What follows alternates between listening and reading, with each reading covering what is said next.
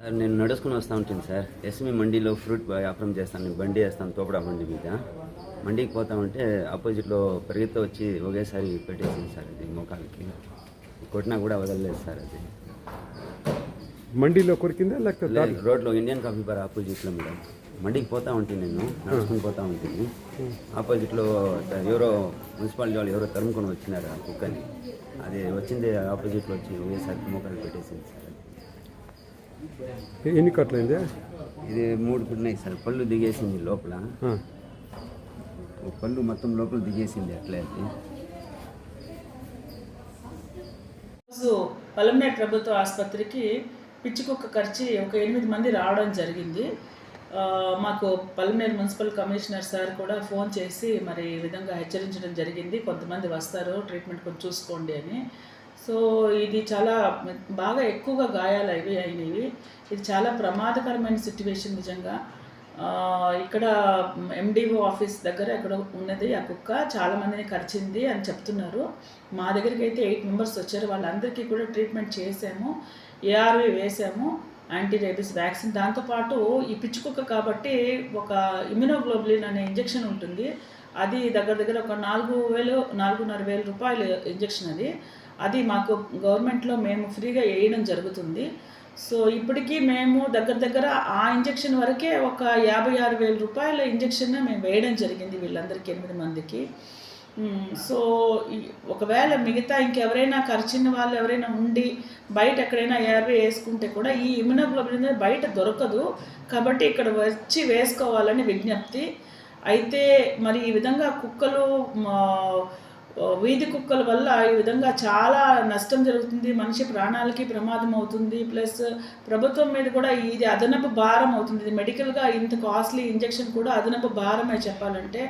దీని గురించి మరి ఇంకా కూడా మనం ఆలోచించి వీధి కుక్కల గురించి ఇంక మంచి నిర్ణయం తీసుకుంటే బాగుంటుందేమో అనిపిస్తుంది. మరి వేరే పాశ్చాత్య దేశాల్లో అయితే కుక్కల మీద చాలా మంచి స్ట్రాంగ్ జీవోసే ఉన్నాయి అటు సైడు, అమెరికా లాంటి కంట్రీస్లో. కానీ ఇండియాలో అలాగా లేదు.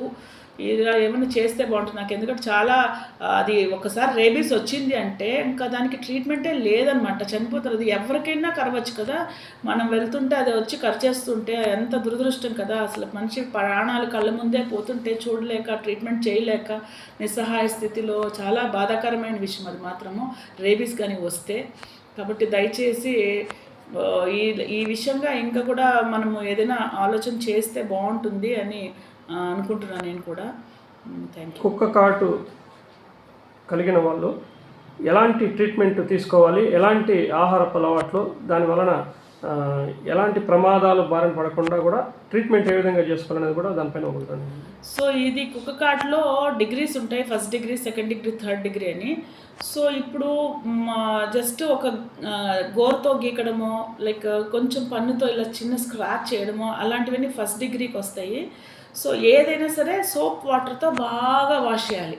ఎక్కువ వాటర్ పోయేలాగా 10-15 నిమిషాలు దానిపైన వాటర్ ఉండాలంటే ఆ వైరస్ ఉంటుంది, ఆ రేబీస్ వైరస్, ఆ వైరస్ బ్లడ్లోకి ఎంటర్ అవ్వకుండా ఫస్ట్ సోప్ వాటర్తో వాష్ చేయాలి. మనం ఏం చేస్తాం, చాలామంది పనసపాలు పెడతారు. సో అది వచ్చి మాస్క్ చేసేస్తే ఆ వైరస్ బయటికే రాదు, లోపలికి వెళ్ళిపోతుంది కదా. So don't do that. అది పెట్టేస్తారు, అది మొత్తం గట్టిగట్టేస్తుంది బ్లాక్గా. అసలు తర్వాత వాష్ చేసినా అది పోదు, అదైతే చేయొద్దండి దయచేసి. ఆ తర్వాత కొన్ని కాట్లు ఏంటంటే హెడ్కి దగ్గరగా ఉంటాయి అండ్ లాసరేషన్ పెద్దగా గట్టిగా అంటే కండతో సహా చీల్చేసినాయి, అవి చాలా డేంజరస్. అప్పర్ లిమ్స్ అంటే పైన చేతులు హెడ్కి దగ్గరగా ఉంటాయి, తొందరగా బ్రెయిన్కి, సెంట్రల్ నర్వస్ సిస్టమ్కి వెళ్ళిపోతుంది ఆ వైరస్ ఫాస్ట్గా. సో అప్పుడు రేబీస్ తొందరగా వచ్చేవి అవకాశం ఉంటుంది. అవి 3rd డిగ్రీ అనమాట. సో అలాంటి వాటికి చాలా హై రిస్క్ ఉంటుంది. ఇప్పుడు వచ్చినవన్నీ కూడా లాసరేషన్సే, అంటే చాలా ఎక్కువ బలమైన గాయాలు. కాళ్ళ మీద కూడా ఉండని పెద్ద లాసరేషన్ అయితే ఇది ఈక్వల్ టు 3rd డిగ్రీ కింద వస్తుంది. సో ఏదేమైనా అది బాగా వాష్ చేసుకోవాలంతే. ఇంకొకటి తినే ఆహారం గురించి అవన్నీ ఏమి లేదు, అన్నీ తినచ్చు. ఇది తింటే ఏదో అవుతుంది అలాగ ఏం లేదు. వర్షం నీళ్ళల్లో తడిస్తే ఏమైనా అవుతుంది, నీళ్ళల్లో తడకూడదు అట్లాంటిది ఏమీ లేవు. పచ్చిము అలాంటిదేం లేదు, నార్మల్ డైట్ తీసుకోవచ్చు.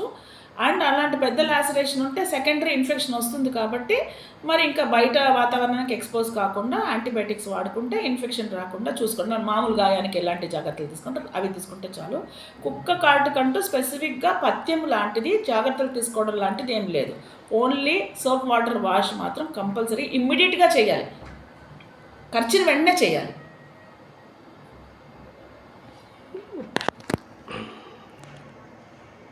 మేడం, ఈ కుక్క కాటు ఈ ప్రమాదకరం అంటున్నారు కదా, దానికి ఎలాంటి కోర్స్ ఇస్తారు, ఆ కోర్సు ఎలా ఉపయోగించాలి? సో దీనికి యాంటీ రేబిస్ వ్యాక్సిన్ ఉంటుంది.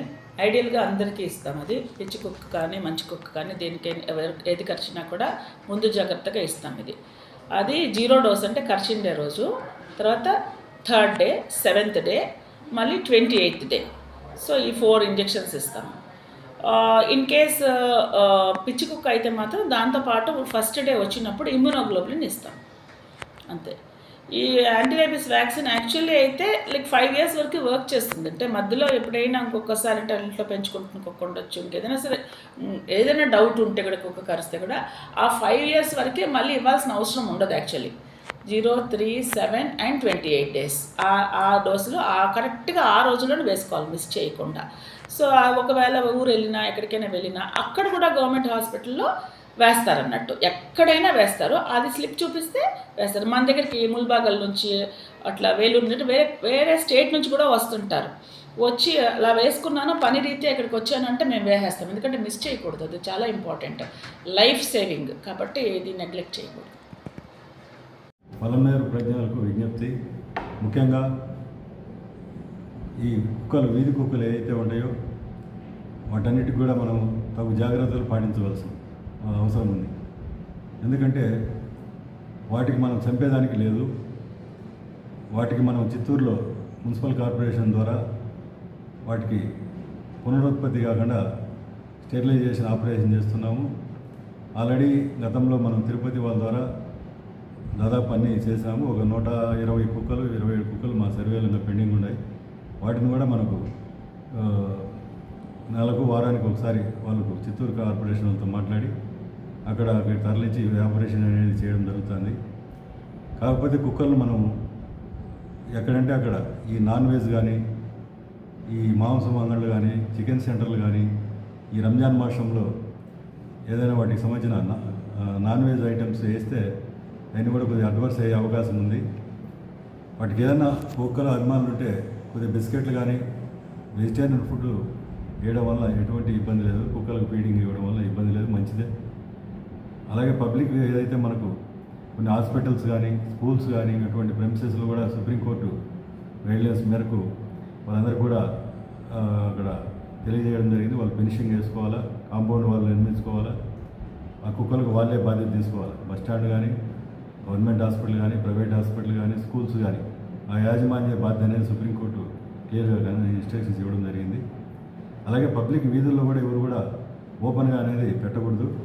అటువంటి ఏదైనా ఫీడింగ్ పెట్టేప్పుడు వాళ్ళ ప్రెమిసెస్లో ఏదైనా పెట్టుకొని వాటికి సంబంధించిన సేఫ్టీ మెజర్స్ తీసుకొని ఆహారం వాటికి పెట్టాల్సి ఉంటుంది. వీధుల్లో పెడితే మాత్రం అది సుప్రీంకోర్టు కూడా వీధుల్లో ఎక్కడ పెట్టద్దని చెప్పడం జరిగింది. ఏదైనా మేము కూడా కుక్కలకు ఇక్కడ ఆపరేషన్ థియేటర్ కూడా ప్రస్తుతానికి అక్కడ టెండర్లో దశలో ఉంది. కంపోస్ట్ దగ్గర ఉన్నటువంటి షెడ్లో ఫీడింగ్ యూనిట్ కూడా అక్కడ పెడుతున్నాము. అలాగే కుక్కలకు సంబంధించినటువంటి ఏదైనా అగ్రెసివ్ కుక్కలు ఉంటే మా దృష్టికి తెస్తే ఇమ్మీడియట్గా వాటిని పట్టించేదానికి కూడా చర్యలు తీసుకుంటాము. చిన్నపిల్లలు ముఖ్యంగా ఏదైతే అంగన్వాడీ స్కూళ్ళు పిల్లలు వాళ్ళంతా జాగ్రత్తగా ఉండాలి. ఈ రంజాన్ మాసంలో అందరికీ కూడా విజ్ఞప్తి చేస్తున్నాను.